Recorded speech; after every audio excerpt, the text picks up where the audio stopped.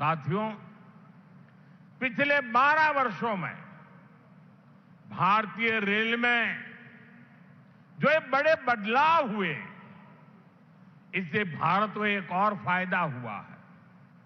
आप देख रहे हैं कि पिछले कई महीनों से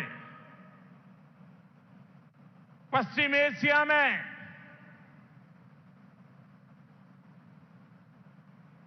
हॉर्मुज के पूरे क्षेत्र में, ईरान और गल्फ में युद्ध चल रहा है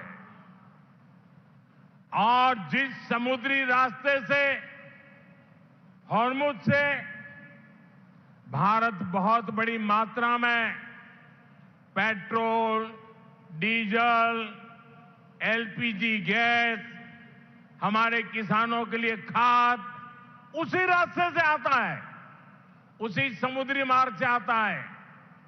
लेकिन पिछले 3-4 महीनों से ये रास्ता निरंतर युद्ध का मैदान बन चुका है, संकटों से घिरा हुआ है। साथियों, अगर 2014 से पहले अगर ये स्थिति आती तो आज हिंदुस्तान का रेलवे का काम पूरा का पूरा ठप पड़ा गया होता, क्योंकि उस समय 2014 में देश का बहुत बड़ा हिस्सा था, ऐसा था जहां हमारी ट्रेनें सिर्फ और सिर्फ डीजल से चलती थी। अब आप सोचिए, अगर डीजल आना बंद हो गया होता और डीजल से चलने वाली ट्रेनें कैसे चलती, देश कितने बड़े संकट में आ जाता।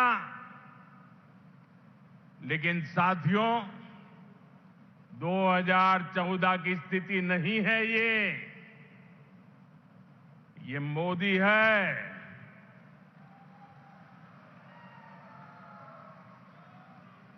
बहुत पहले सोचता भी है और समस्या के समाधान के रास्ते भी जमीन पे उतारता है। 1925 से लेकर 2014 तक, यानी करीब 90 साल में पूरे देश का जो रेल नेटवर्क था, उसका सिर्फ 30%, 30%, 1/3 से भी कम रेल नेटवर्क का बिजलीकरण हो पाया था।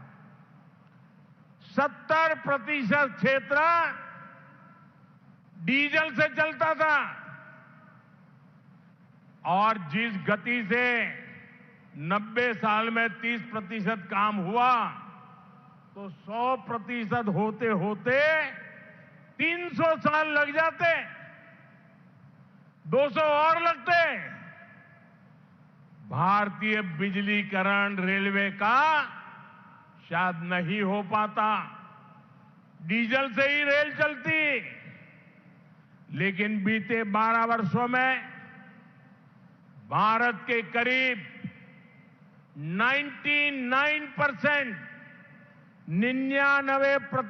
रेल नेटवर्क का बिजलीकरण हो चुका है। हरियाणा में रेल नेटवर्क का 100% बिजलीकरण हो गया है। इस वजह से लड़ाई होने के बावजूद भी, तेल का संकट पैदा होने के बावजूद भी भारत की रेल रुकी नहीं है, भारत की विकास की गाड़ी अटकी नहीं है, ट्रेनें निरंतर चलती रही। साथियों, रेल हो, रोड हो, कनेक्टिविटी का ऐसा काम सुविधा भी देता है और विकास की गति भी कई गुना बढ़ा देता है। आज जिंद जो इतने सारे हाईवे से जुड़ रहा है, अभी इस मंथ से भी 3 बड़े प्रोजेक्ट शुरू हुए हैं। दिल्ली, अमृतसर, कटरा एक्सप्रेस वे के हरियाणा वाले हिस्से का लोकार्पण हुआ है। जींद गोहाना नेशनल हाईवे भी राष्ट्र को समर्पित किया गया है। इसके अलावा अंबाला काला आम 4 लेन से भी हरियाणा और हिमाचल दोनों राज्यों के लोगों को बहुत सुविधा होगी। साथियों, अब जींद देश का ऐसा जिला बन गया है जो 5 नेशनल हाईवे से कनेक्टेड है। ऐसी कनेक्टिविटी से यहां के किसानों और पशुपालकों की उपज को बड़ी मंडियों तक पहुंचाना आसान और सस्ता होगा। इससे उद्योगों को बल मिलेगा, पर्यटन को पंख लगेंगे और इससे बड़ी संख्या में नए रोजगार भी बनेंगे।